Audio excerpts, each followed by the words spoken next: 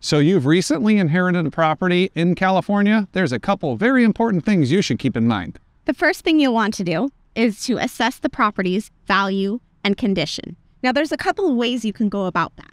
You can always hire a third-party professional certified appraiser, and they'll give you the value based on other comps in the neighborhood that are similar and what they've recently sold for. Or if you have a favorite realtor, we can actually do that same valuation of the property and we don't cost anything. So you can get that done for free. Whether you're working with a trust attorney, a probate attorney, a courthouse, either way, they're going to want an independent evaluation of the property's value upon the death of your loved one. So if you choose to go the appraiser route, just keep in mind there's pros and cons to both. Obviously, with it being a third-party appraiser, they're going to give you that value, as we mentioned, based on the comps that have sold recently. That's a pro, understanding the value of the property based upon the time of death. One of the cons that comes with that, well, a couple of them. One, it does cost money, as we mentioned before. But secondly, they don't actually factor in the current demand in the real estate market based on which buyers are out there and how valuable the property is to the market at that given moment. And if you choose to hire a real estate agent to do this for you, the benefits are that you should get it done very quickly and it shouldn't cost you anything.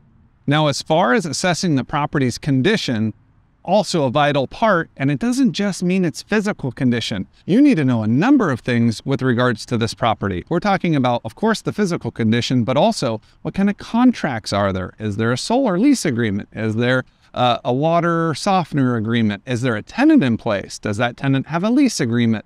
Are there contracts for all of these things that need to be reviewed? Because keep this in mind, the moment you inherit that property, all that liability passes from your loved one over to you or over to your trust. So the condition of that property, if it's not safe or not sound, and that tenant, their health is at risk, this is something that passes that liability on to you. So we want to assess the condition of that property and the condition of all contracts associated with that property very, very quickly.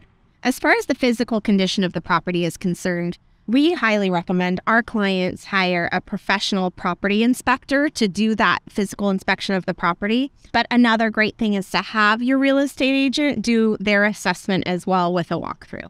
And lastly, if you happen to inherit a property that's on a reverse mortgage, you definitely need to speak to your real estate professional rapidly. All of the time frames based on that contract for that reverse mortgage go into effect the day of the passing.